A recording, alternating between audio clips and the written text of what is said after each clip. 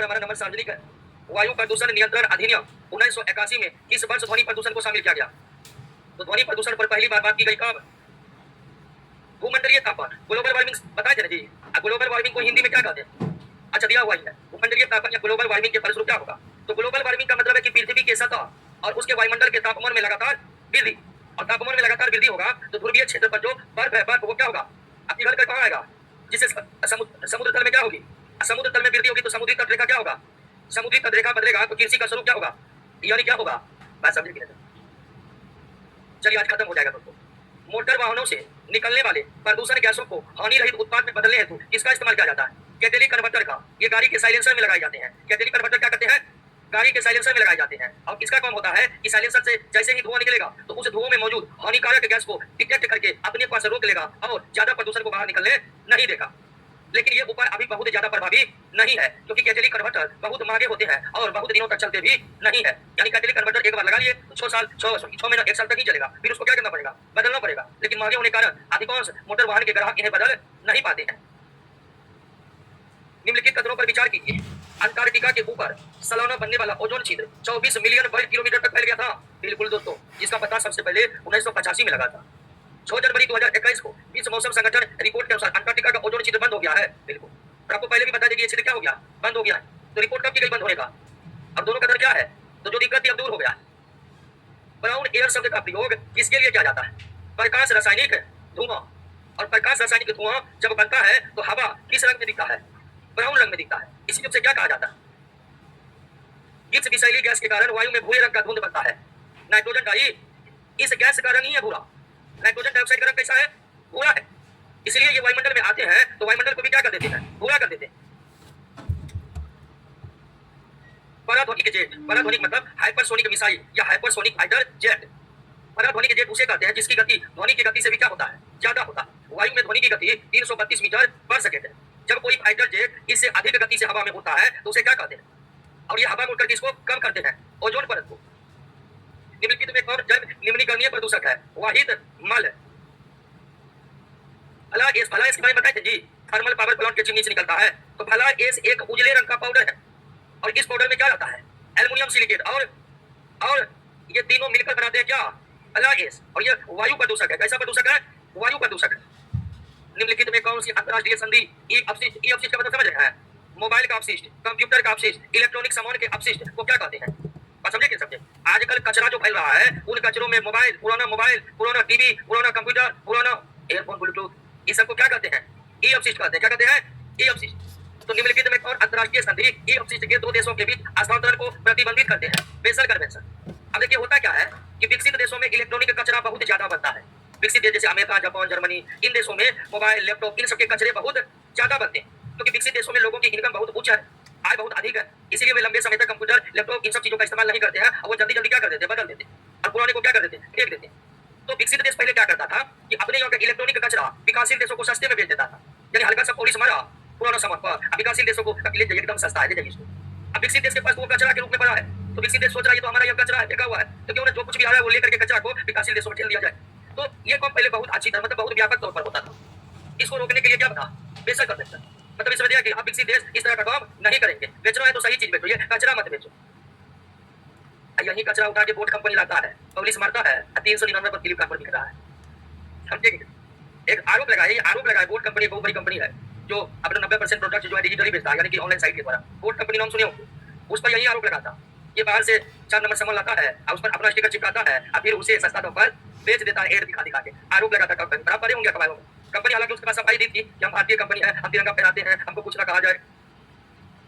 122 पर oxy acetyl nitrate ये question हो चुका है, बताइए किसका होगा?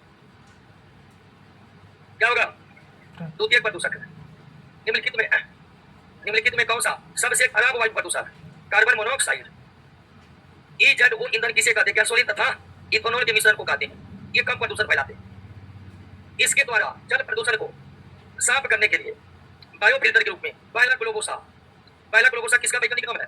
घोंघा का वैज्ञानिक नाम है। क्या प्रयोग किया जाता है? तो अगर पानी में घोंघा को छोड़ दीजिएगा तो पानी से किसको दूर कर देंगे? कैडमियम को दूर कर देंगे। ये कैडमियम को सोख लेता है पानी से। तो जलाशय में अगर कैडमियम की अधिकता हो गई है तो उसमें छोड़िए क्या? कार्बन डाइऑक्साइड उत्सर्जन करने वाले ऊर्जा स्रोतों पर सर्वप्रथम किस देश ने कार्बन कर लगाया? न्यूजीलैंड ने लगाया। वायु प्रदूषण के फलस्वरूप लोगों को फुफ्फुस कैंसर, फुफ्फुस का मतलब फेफड़ा, फुफ्फुस का मतलब तो फेफड़ा कैंसर से अधिक मारने वाला रोग कौन है? वातस्फीति, जिसको दूसरा नाम क्या है? अस्थमा। इसमें खांसते रहता है आदमी, बार दिन खांसते रहता है, कभी जोर जोर से, कभी धीरे धीरे। कार्बन युक्त रासायनिक अवयवों को अनिश्चित अवधि के लिए भंडारित करने वाला प्राकृतिक या कृत्रिम साधन क्या कहलाते हैं? Carbon sink. कार्बन सिंक वो पदार्थ है जो वायुमंडल के कार्बनिक पदार्थों को सोख लेता है और अपने में जमा कर लेता है और वायु को प्रदूषण मुक्त करने में अपना योगदान देता है। उर्वरक के अत्यधिक प्रयोग से पहले क्या होगा? मृदा प्रदूषण होने के बाद क्या होगा? ये दोनों प्रदूषण होगा, ये बचा रहेगा सब।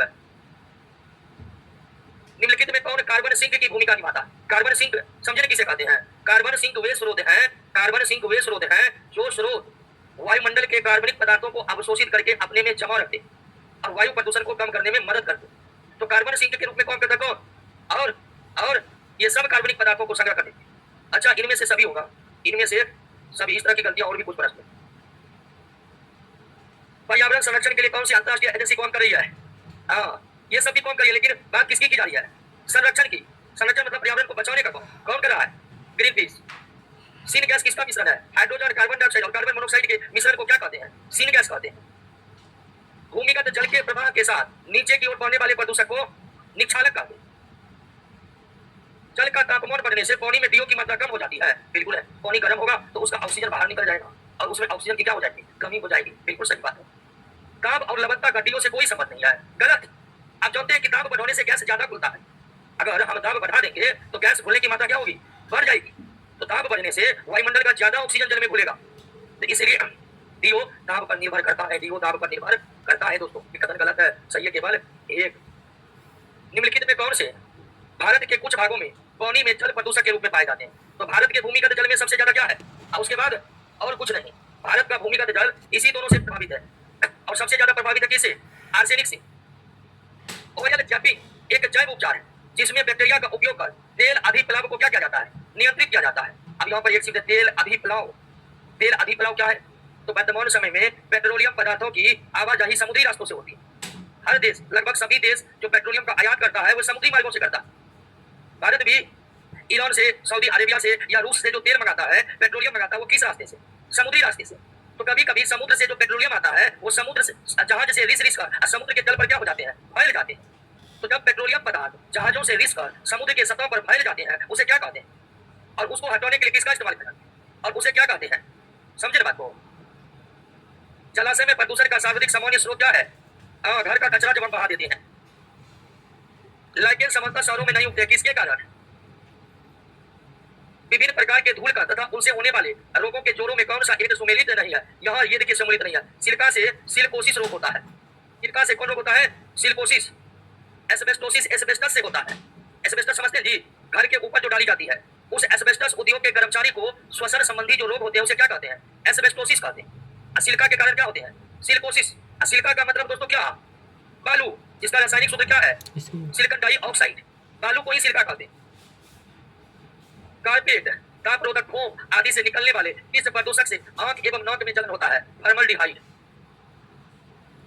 कोयला खदानों में काम करने वाले कर्मचारियों को निम्नलिखित में किस प्रकार का श्वास विकार हो जाता है? निमोनियोसिस। कोयला खदान में काम करने वाले कर्मचारियों को कोयले के छोटे छोटे कण सांस के माध्यम से फेफड़ा में जाते रहता है और अंततः उन्हें श्वसन संबंधी रोग हो जाता है, जिसे क्या कहते हैं? निमोनियोसिस कहते हैं। जैव अनिम्नीकरणीय प्रदूषण किस प्रकार के हो सकते हैं? जैव अनिम्नीकरणीय छोटे छोटे कण भी हो सकते हैं जैसे शीशा के कण, तरल भी हो सकते हैं जैसे पेट्रोलियम पदार्थ, गैस भी हो सकते हैं जैसे कि पेन पेरोक्सी एसिटिल नाइट्रेट। तो जैव अनिम्नीकरणीय प्रदूषक कण भी हो सकते हैं, तरल भी हो सकते हैं और गैस भी हो सकते हैं। श्वसन संबंधी विकास, विकास नहीं विकार को कहते हैं। क्या होगा? विकार। श्वसन संबंधी विकार बायसिनोसिस से प्रभावित होते हैं। तो बायसिनोसिस किसको होता है? कपड़ा मिल के कर्मचारी को। कपड़ा मिल के कर्मचारी कॉटन यानी सूती पदार्थों के साथ काम कर रहे होते हैं, तो कॉटन का छोटा छोटा कण सांस के माध्यम से अंदर जाकर फेफड़ा को जाम कर देता है। इसी स्थिति को क्या कहते हैं? बायसिनोसिस। तो कोयला उद्योग के कर्मचारी को निमोनियोसिस, कपड़ा उद्योग के कर्मचारी को बायसिनोसिस, एस्बेस्टस उद्योग के कर्मचारी को एस्बेस्टोसिस, चीनी मिट्टी उद्योग कर्मचारी को सिलिकोसिस। और ये सब सांस वाला बीमारी है। निमोनियोसिस, बायसिनोसिस, सिलिकोसिस, एस्बेस्टोसिस, ये सब किससे संबंधित बीमारियां है? श्वास से संबंधित बीमारियां हैं। पीने युक्त स्वच्छ जल में कौन सी विशेषता होनी चाहिए? तो स्वच्छ जल पारदर्शी, रंगीन और गंदी होनी चाहिए, उसमें पर्याप्त मात्रा में ऑक्सीजन घुली नहीं चाहिए, उसमें हानिकारक रसायन एवं जीवाणु नहीं होनी चाहिए।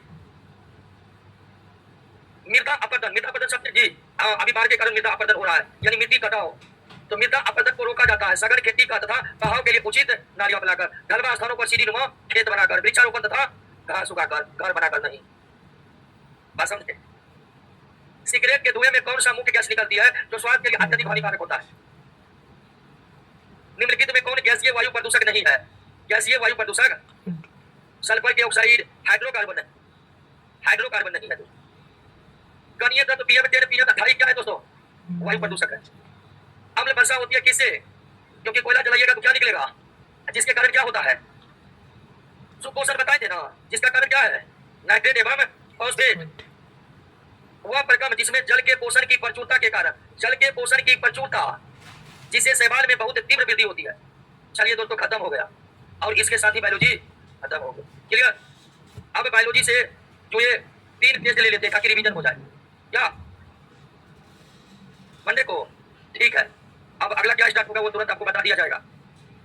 देखिए आपको बता देते हैं। हम तो फिजिक्स, केमिस्ट्री, बायोलॉजी और इकोनॉमी पढ़ाते हैं।